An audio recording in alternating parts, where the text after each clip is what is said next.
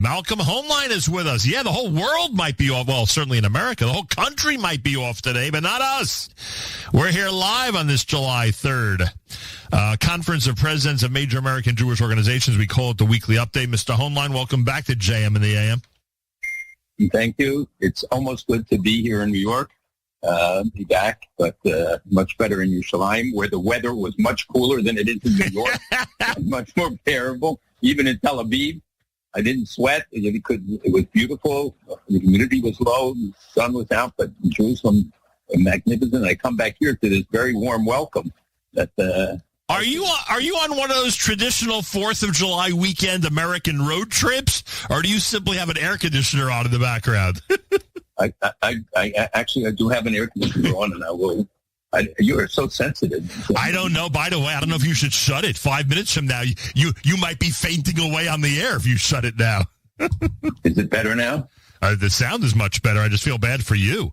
We got to take care. We got to take care of you. You're a national icon. You're a national treasure. We need to take care of you. It's absolutely true, but I'm willing to sacrifice for the Jewish people. I appreciate that, and I'm sure they do as well. Your thoughts on this, the eve of the 250th birthday of the United States of America?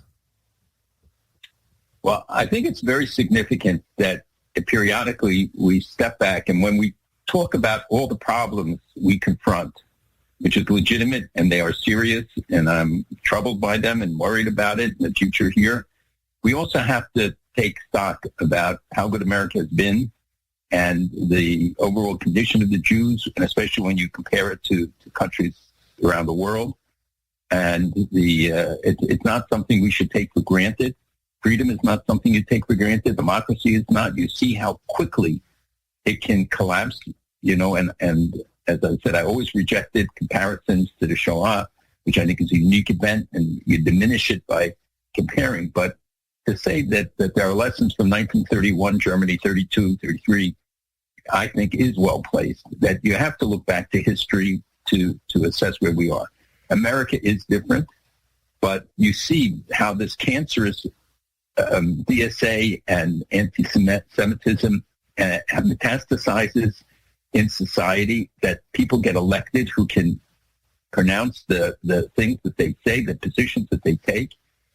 And what the lesson from American history is that it requires involvement. Democracy demands that you be involved, that you don't complain, because you have no right to complain if you're not involved. And you can't take for granted that America will always be the America of our youth or America of the past. It will only be so if we're there, if we're involved, if we counter the horrible and ugly voices that are being raised, and do it in smart and intelligent ways, not by attacking them, but I think by focusing on the positives and building up our political standing, that the campaigns that these guys are on was well-financed.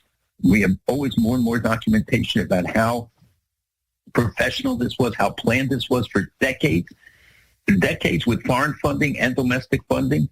One study that we found showed that they wanted to train 100,000 journalists and filmmakers, 100,000 political scientists and lawyers to run for office, to influence public opinion, and they're well on their way. And they then give a planned program about how to train people to run for school boards, for community boards, for city council, for Congress, et cetera, up until the White House.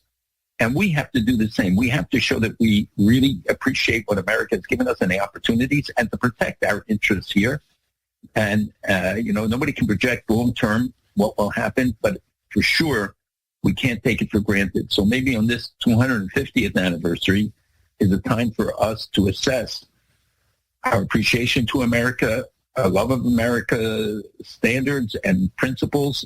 And we go back to what the founding fathers said and reminded, and how much they talked about the return of the Jews to their land, and the need for us not to take for granted, to get involved, to make sure voter registration goes wild now in our community, to make sure that voter turnout is immense, to make sure that people learn to write, to express themselves, to go online and counter the lies and distortions that are so commonplace. Years from now, I don't know, 20, 30, 40 years from now, we might be in a place in this country where people will never believe, even members of the Jewish community will not believe, that there was actually a major vice presidential candidate who was Jewish, and noticeably Jewish and proudly Jewish, and did not shy away from expressing his love for Israel and support of Israel, et cetera, et cetera.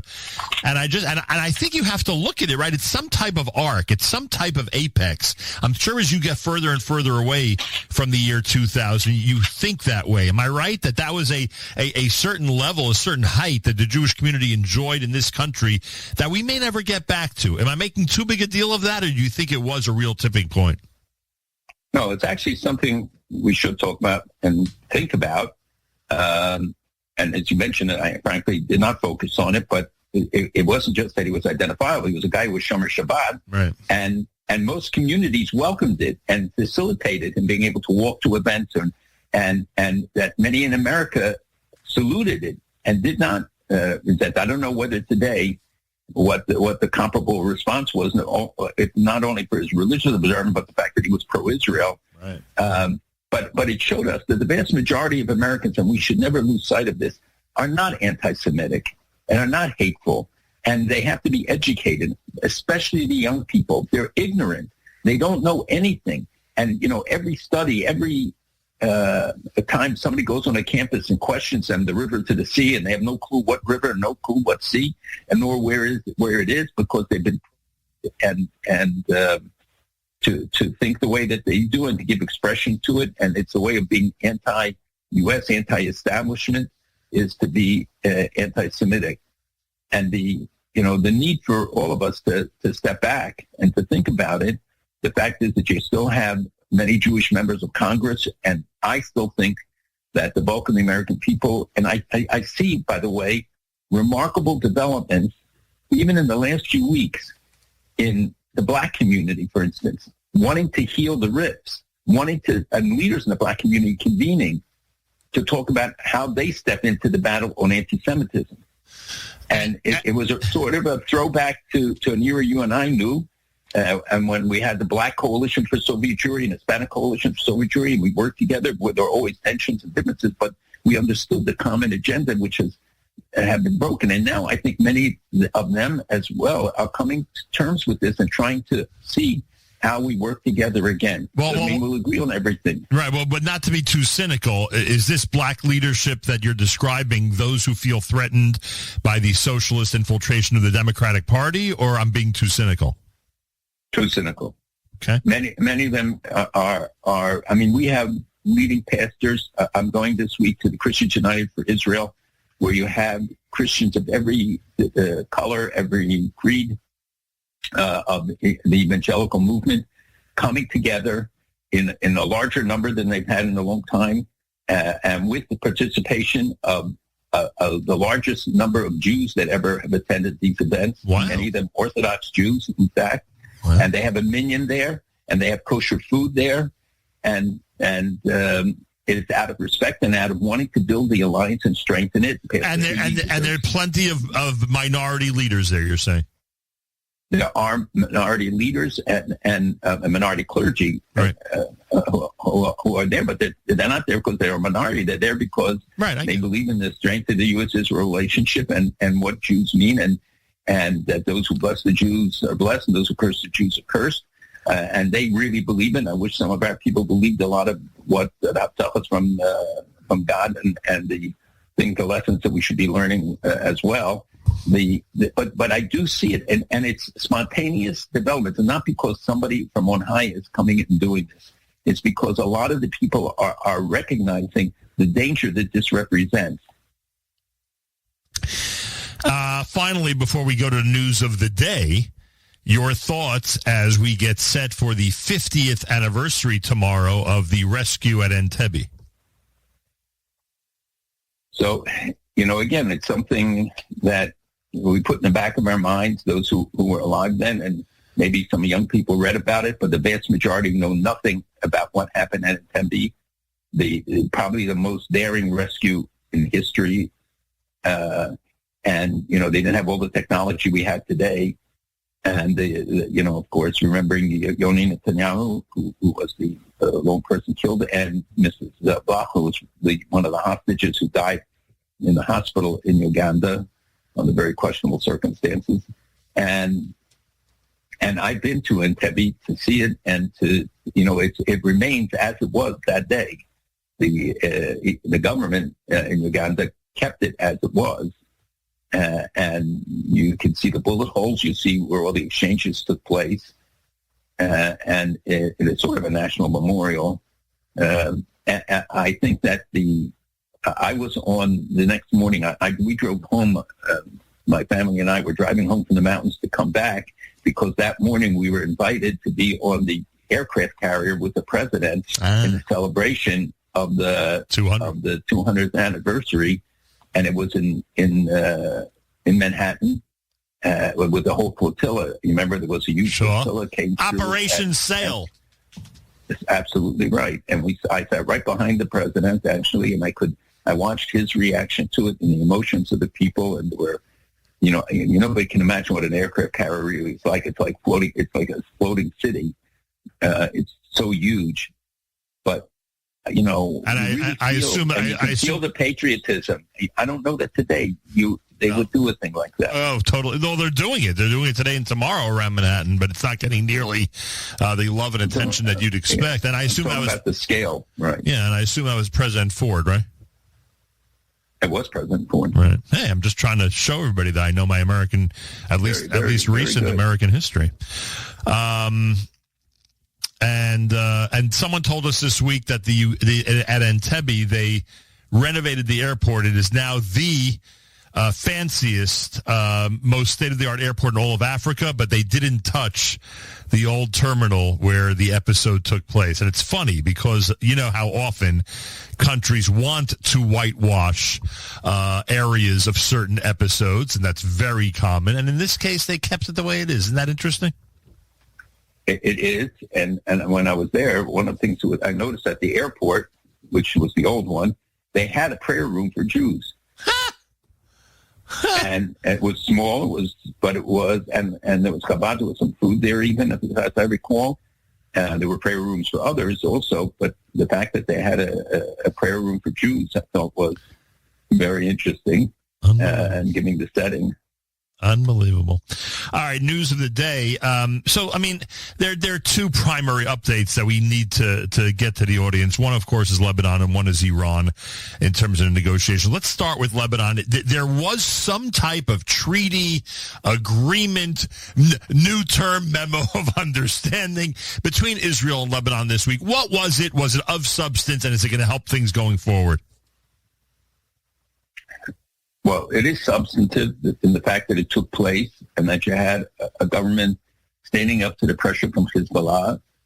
Is the agreement everything we might have wanted or at any time? No, not necessarily, but it's an important step forward. And they make commitments there. To me, the most important part was that Israel's presence in southern Lebanon is verified, is authorized. It didn't demand that they withdraw from there, which of course makes Hezbollah boiling. They're boiling anyway. That there was even negotiations and discussions with Israel, and they say that they reject the deal. But I think that it is significant and it enables Israel to have some international legitimacy in what it's doing as legitimacy because they're chasing terrorists. When we went after Pancho Villa into Mexico, nobody challenged it because you were in hot pursuit, and hot pursuit entitles you to cross borders and do things. But again, we look in the total context of things. Lebanon is one piece of the bigger puzzle, and if they can in fact reach an agreement, and the fact is that there are no disputes between Lebanon and Israel. There are no territorial disputes.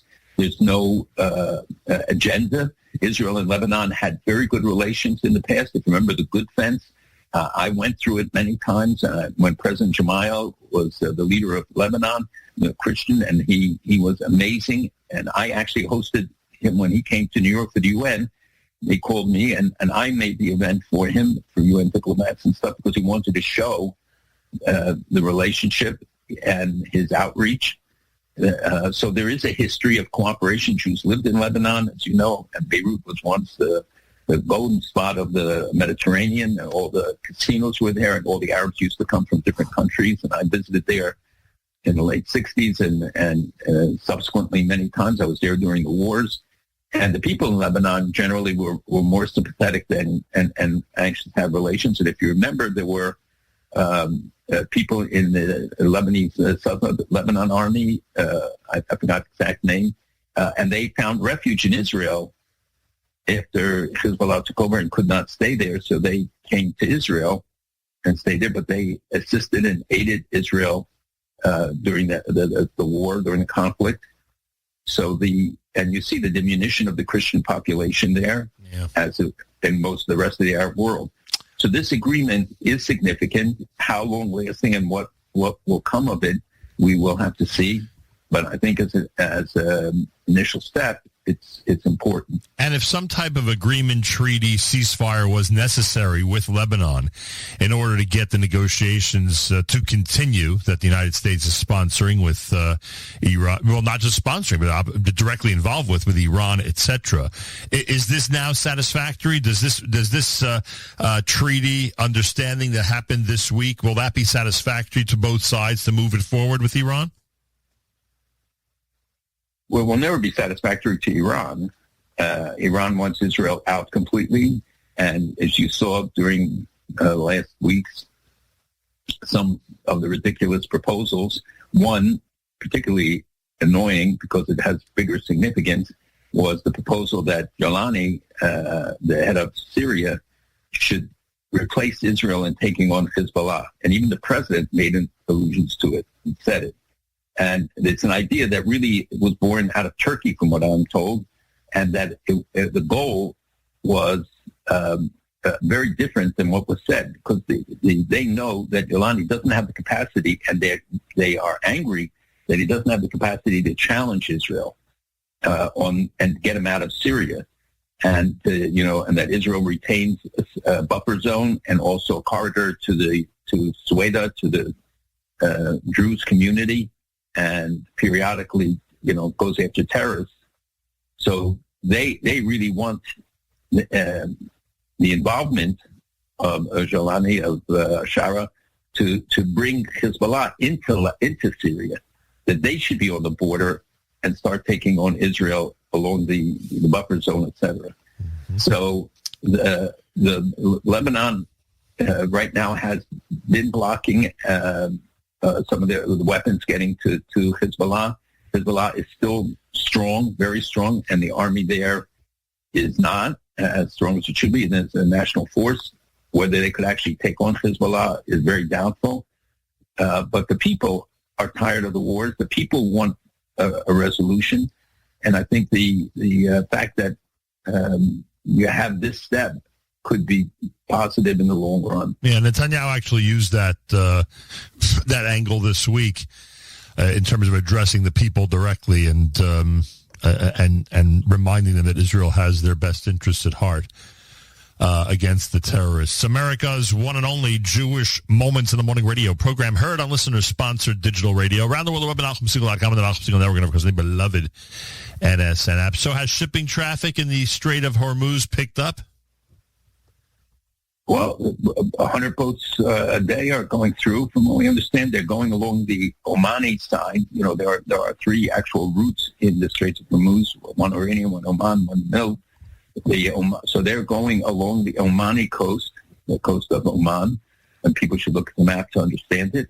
And so they are going. The Iranians have fired drones repeatedly at different ships and acknowledge that they did. Right now, I think in the last 2 days, they have not, that I know of. But, they're still saying that they want to charge and that they're going to impose fees. And they're trying to get the Omanis to agree that they would split some fees. Oman is intimidated, clearly, by Iran, and has played sometimes duplicitous role. So it's not solved and it's not resolved. And they keep saying, but you got to look at the variety of statements coming out of Iran, how the Speaker of the Parliament and versus others. You see the split between the President, Eshkayan, and the IRGC, the leadership, the military leadership. And a lot we will see this weekend because it's the funeral of Ayatollah Khomeini. And they're expecting 20 million people to participate in the funeral in Iran itself. But what will be interesting is to see the positioning of people, the relative power of the different elements. Remember, you have the Iranian army, which is weaker than the IRGC. The IRGC, we believe now, is probably the dominant force. Nobody knows if the son is alive or not. It'll be interesting to see if he is visible at any point in real, not in AI. And because somehow he magically could sign all these declarations and documents when nobody has ever seen them, and the rhetoric and what you can hear, you can expect to see a lot of anti-Israel, but even anti-American manifestations and statements. So people, I think, should watch that to get a good indication of the direction.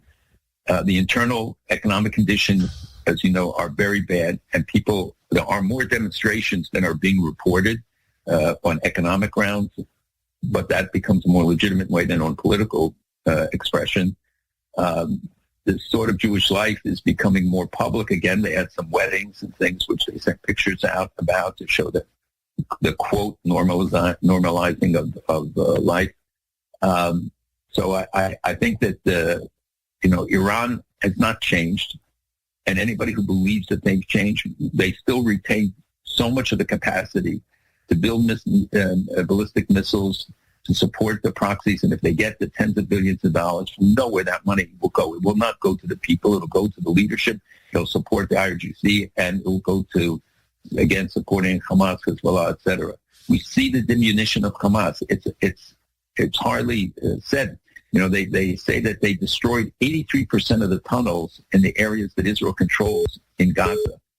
But it only underscores what incredible infrastructure was there. Look at what they're finding in Lebanon, 10 kilometers long, 10-mile long, actually, tunnels with all sorts of infrastructure built into underneath Beaufort Castle, built along the border, near the border with Israel. It's unbelievable to see it and to see what they invested and how they were able to do all of this. And if they did it undetected, that raises many other questions. We have so many moving pieces at one time. When people tell me they're confused, I tell them, then you got it right, because it is very hard. I'll confuse everybody now a little bit more. I'd be remiss if I didn't ask you for your reaction to the big news story coming from the New York Times and being cited by many. U.S. officials believed Israel was plotting to kill Iranian negotiators. Any Israeli attempt to kill Abbas Argharchi, the foreign minister, or Mohammed Gilbalaf, the parliament speaker, would have derailed peace talks, American officials feared. Your reaction to this report by the New York Times? People, first of all, we don't believe anything that appears in the New York Times, except in maybe in the wanted columns. We have no evidence that every leader was targeted. And remember, Argharchi was saying terrible things and was part of the establishment in Iran. Had they wanted to remove him, they could have. He was not a hidden figure. And so it's easy for them to make accusations. Could it be that somebody proposed it? Absolutely. Could it have been one of the things on the drawing board that, amongst many, many options? Yes, it's possible. But did Israel try to do it? No. And the idea that this would derail it, the Iranians are derailing it themselves. They don't need any assistance. But look at what Argharchi says. Look at how extreme his comments and his attacks on Israel, the threats against Israel, remain. And they do still have a big missile capacity, even though a lot of them are underground. And they say the United States can monitor it. We can tell if they're going in there and taking it out, and that they're not going to drill another entrance, to bypass the parts that were bombed, the exits that were bombed. They are very resourceful, and they retain a lot of the capacity. They certainly retain the knowledge. which is the most important thing about how to build it. And there are reports that they were about to launch a ballistic missile, a conventional missile campaign, and that was why the issue was forced at the time that it was, because they were about to hit both targets in Europe and also in the region, of course, Israel, and look the degree to which they shot their weapons, not at Israel, but at the American bases in even allied countries of theirs, whether in Kuwait, whether in Bahrain, whether in UAE, in Qatar. And we learn now how much damage they actually did to some of the U.S. bases. And now you know that there's talk, and this is a very interesting development of the last week in particular, though it's been muted for a long time by people, that they want to move American bases from Qatar, where they're 100 miles from Iran, to other places further away, and especially Israel. And I think the experience during the war about how well American troops got along, and the positioning of American aircraft, especially the tankers and other things at Ben Gurion, they had to force America's hand to take them out because the commercial jets couldn't land, and there was no room to put them. Seriously, this is not hypothetical. I'm telling you what really happened this week, that America had to move many of those jets out, many of those large cargo planes and tanker refueling tankers, because they were going to have, Israel would have had to cut the commercial flights. And at a time when tourism is anyway stressed, that would not have been a helpful thing during the peak tourism season of the summer. So they did move it out, but there is talk about building in the Negev, huge Air Force base, and they know that Israel can protect their skies much better than UAE or other countries have, and certainly Qatar. And you just touched on tourism, but we're going to get to that in a second. I want to wrap up with that topic. There's a report that Defense Minister Katz says 83% of the Hamas tunnels in the IDF-held part of Gaza have been demolished. Is that figure believable? Yes, I just mentioned it. Yes, that's that is very believable. But it tells you how much is there, how much infrastructure, that all of this time Israel has quietly moved ahead in Gaza. They periodically take out a terrorist leader, but they've been consolidating their hold on I think it's more than half of the Gaza that they control. I don't want to go into the numbers, but the area that was under their control. And you see that the Board of Peace has rejected Qatar and other people's involvement, that they are still meeting. So far, I don't think that they've done much, but they're well-intentioned, and they're looking at the situation, far more objectively. They even this week, much to my applause, I'm sure many others, have said that UNRWA should not have a role in Gaza, that they don't want them there, because we know that UNRWA has been a front for the terrorists, and many of the UNRWA people were involved in terrorist attacks. So, yes, what they found, and now Hamas is trying to rebuild in the other side, and they're not getting the popular support that they once had.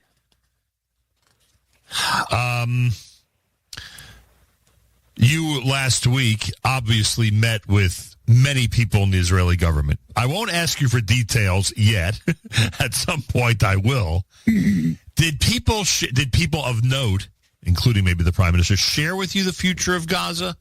We're getting reports now there are members of government in Israel who are, I wouldn't say insisting, but are certainly leaning toward the understanding that wherever Israel is now, they will remain. Did you get that feeling? Was it discussed at all? Well, obviously Gaza was discussed, and I did have a chance to meet with many of the leaders in Israel, though I was there for other things, including a wonderful new initiative as they set up a Kissinger Institute at Bar Ilan, and brought people, Israeli experts and others, to an elite group that they're trying to train to be leaders and people who are in key positions. So that was very interesting, and I haven't been on Bar Ilan's campus in a long time. It's really amazing. And also the JNS conference, which had 200 speakers, including many influencers, many of all stripes, black and white, and Jewish and non-Jewish, and whatever, who came there. But to your question, I think it's irresponsible when people start talking about building settlements in Gaza, because it evokes the debate and says, you see, this is Israel's true intent, when Netanyahu has made clear all the time that they don't have territorial aspirations in Lebanon, etc., to say that we're there because we have a legitimate defense need. That's what we should be focusing on. And once you introduce these other things, it becomes the subject of debate, and everybody points figures, and members of Congress get excited, and it's counterproductive, right, I think, for the interests that all people share and wanting to see Gaza tamed and, ending the terrorism that it comes from there. 1,000 days since the start of the war, and obviously in Israel they marked it in many different ways. A lot of people read about that. But back to the tourism 1,000 days later. Does it basically come down to, and now we can see it a little bit more, in a larger sense because we're further away from the start of the war. Is it basically coming down to price and availability of airlines? Is that basically it, until we get back to the era when multiple airlines are regularly flying to Israel and competition brings down the cost? Until we get to that, do you fear we won't see any real surge in tourism? I think we are seeing a surge in tourism. Actually, you cannot get a seat on an airplane, El Al, despite the excessive charge for seats, which is a modest way of putting it. And there's so much anger and resentment about it. But they're the only ones flying in essentially. Now Arkia is flying in there. You can fly through Europe, and there are other alternatives if you want, but it's almost impossible to get seats to Israel. And the hotels have not significantly raised their rates. They're expensive because they're good hotels, but you can get cheaper hotels as well. And, the number of people who told me that they're going and want to go, and it remains to me significantly high, and I think will get even higher. I think for the Yom Tovim, the demand will be excessive, especially because you have a 5-day Chol Hamoed. People will go for Sukkot because you have 5 days to do things in the country. I'm optimistic about tourism. There are new hotels being built. There are the hotels. I was at the Inbal, your favorite and mine, in Israel, and they are doing quite well. They're sustaining it throughout, and of course they have the Shabbatot with Israeli programs, but now it's mostly foreigners, and they're fully staffed, fully operational. And I saw some of the other hotels. They're not all doing great, and it's difficult, and people should still try to go if they can. It's a very important statement to the people of Israel, not just to the tourism industry, that we care and that we, come and we're not afraid and not intimidated by the events and those who threaten. I still say, and it's an amazing thing that people, I heard it so many times during the last 2 weeks, that people coming to Jerusalem, especially those who are not deeply involved, saying, you know what, I feel safe here. I do not feel safe in New York anymore. I don't feel safe walking on the streets in New York, but I do here, despite the threats, despite the dangers. So I'd say I remind people of that and go and experience Israel. It's so amazing. Yeah, but it's July 3rd, and American Jewish families ain't going to be doing the traditional, summer trip. They need 8 tickets on an airline at a reasonable price. The hotels is not the issue, as you just indicated. There are plenty of, unfortunately, I could attest to the fact outside of the Inbal, there's plenty of empty hotels that need the business. But as long as these prices stay the way they are, and as long as multiple airlines continue to decide not to fly to Israel, even with the Europe connections, etc., I just don't see how we're ever going to get back to that point. Well, one of the things that would help now, and maybe we could start a campaign here, is all those who are frequent flyers on American Airlines and use them fairly, doesn't even have to be regularly, but they could they care more about their frequent flyers. But the people who purchase tickets who fly, write to them and saying, I'm deeply disappointed. I hope that you will resume the flights to Israel. There's no more security reason not to fly. We don't have missiles flying. We don't have any immediate threat. And as I said, if the American Army finds the safest place to put their stuff is in their planes and stuff is in Israel, So American Airlines can also put their planes in Tel Aviv. And I hope that we have to build up the pressure, and people should not resist going. I know that it's more expensive, but it's a great investment, and it means so much to the people. And it's a message to the world that Israel's not isolated. Yeah, great point. Great point. Thanks so much for joining us. Have a wonderful Shabbos and weekend, and we'll speak, please God, next week. Well, I hope everybody has a fifth on the fourth and has a really... He doesn't mean it. He doesn't mean it, folks. He's joking. I don't drink this, okay? But there's certain shuls who would not welcome that comment. Right, and I welcome those shuls that don't serve it. I think it's a wrong value to give our kids and stuff. Although good scotch is always welcome. Yeah. And although it's a funny expression. But I just seriously that they should think about this, and if their kids are home and not in camp, to talk about it. But also, and one of the things I think is important is that people should fly the American flag where they can, to show our neighbors and others that we care about America and what it has given us. Yeah, you mentioned that last week. It's a great suggestion. Thanks, Malcolm. Have a wonderful Shabbos and a great weekend.